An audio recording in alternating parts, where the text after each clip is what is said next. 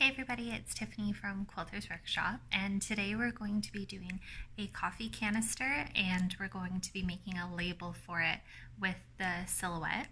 And I'm going to be using the Oracal 651 vinyl. So I know some people use that for doing wooden signs. It is supposed to be, I think, more of a permanent vinyl, but of course it's not dishwasher safe or anything like that. So that's why I thought it would be perfect to do on a canister. So you could use this vinyl, I think anyway, to label spice jars or any type of glass canister, like if you had one for sugar and tea and flour and things like that. But my cupboard is just getting a little bit full. And I think one of the best things that I can do is take out this big container of coffee that I have and put it into this big glass canister, and it has a really nice seal on the top of it as well. So I think it'll be okay for keeping the coffee relatively fresh. We go through coffee pretty quickly around here anyway, so I don't have to worry too much about that, but I think this will look nice on my counter, and then that will free up a large space on the shelf in one of my cupboards. So obviously we're going to need the Oracal 651 vinyl. I haven't weeded this yet, but I have cut the design already. So the word coffee that I spelt out is just using one of the built-in fonts that the Silhouette Design Studio comes with, so I didn't have to purchase a font. And then underneath of the word coffee, there's going to be a little like a sprig kind of thing.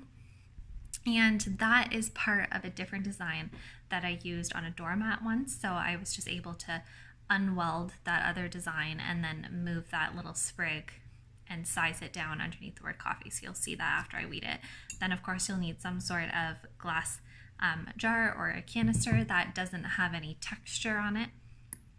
And then you'll also need some transfer tape and something to rub it together, so a credit card perhaps, or if you have a little squeegee, that's perfect, and some denatured alcohol as well. Okay, so we're gonna go ahead and weed this out. Normally I've been doing a lot of stenciling with my silhouette lately, so I've been I guess reverse weeding, so this kind of confused me for a second when I went to start, because I thought at first that I was going to start pulling out the letters, but because this is actually a vinyl project, we're going to be pulling out the area that's around the letters.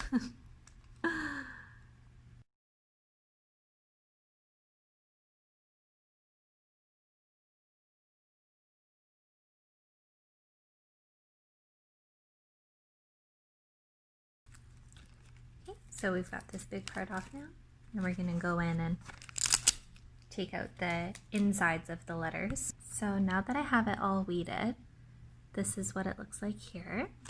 And now I'm going to apply the transfer tape. I just have a scrap of transfer tape. So transfer tape is definitely something that I like to reuse a lot.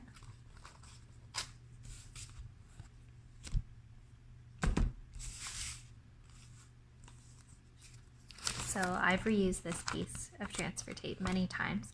So I'm going to just lay this down on top of my design.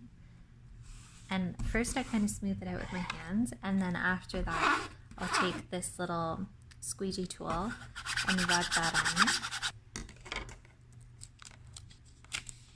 And then we're going to prepare our jar. So you need to clean it so that all of the oils from your hands are off of it. Now, my jar, I'm noticing, has a seam.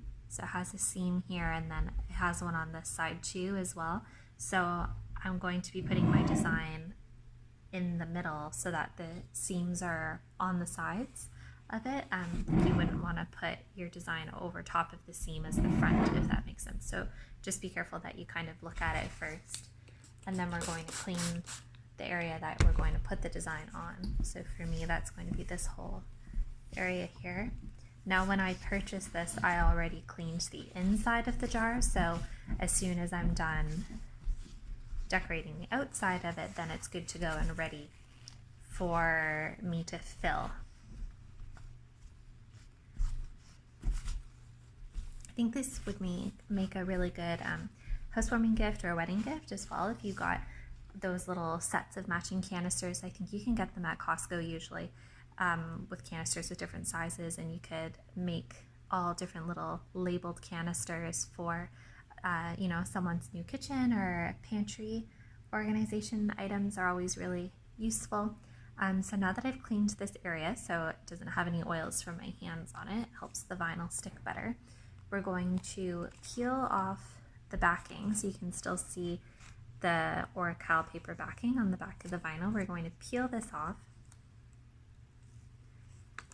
and just make sure that our design is well stuck to the transfer tape. Now we're just going to center this on.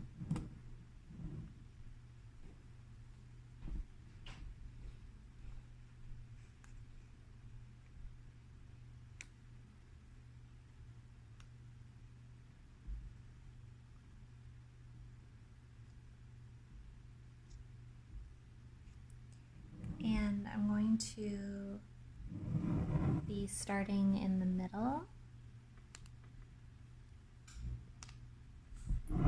like this. So I'm just pushing down in the middle, and then I'm going to just gently work my way to either side.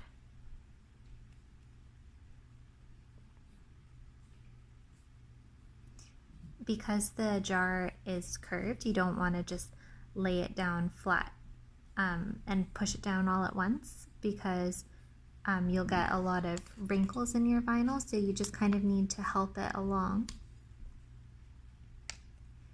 And it's okay if the transfer tape gets a little fold in it, as long as the vinyl is flat and adhering without wrinkles to the glass.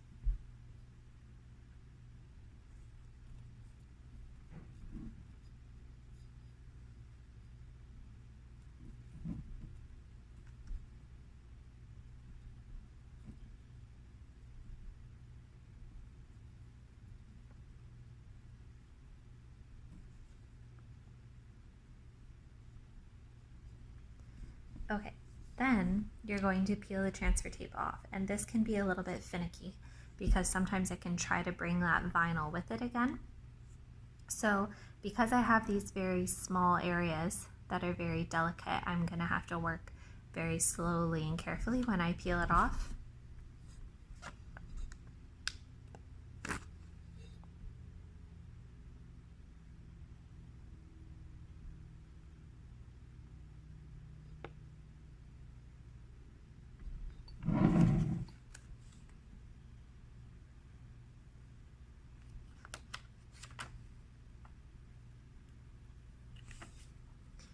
And when you're pulling, if it does start to lift with it, just push the transfer tape back over and give it a better rub with your finger, and then just carry on, and that should help it a lot.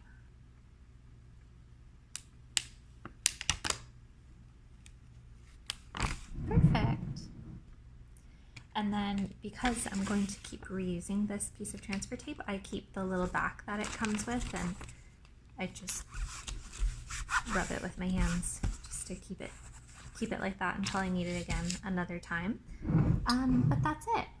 So I know this seems almost a little obvious, but I know that when I first got my silhouette, I didn't really understand the process of how the vinyl gets adhered. I know I was really overwhelmed with which types of vinyl to use and the process and all that kind of stuff, and if I actually needed to use transfer tape and everything, and it seemed more complicated than it was. So even though this seems maybe obvious to some people or not, hopefully it helps someone, or maybe just gives you some inspiration to make some cute jars for your kitchen. And this is what it looks like filled. All of my social media links and my email address will be listed down below if you'd like to follow me to see what I'm doing more on a daily basis. I do post to Instagram the most, and if you have any questions, you can send me an email at quilters.workshop@gmail.com. Thanks so much for watching.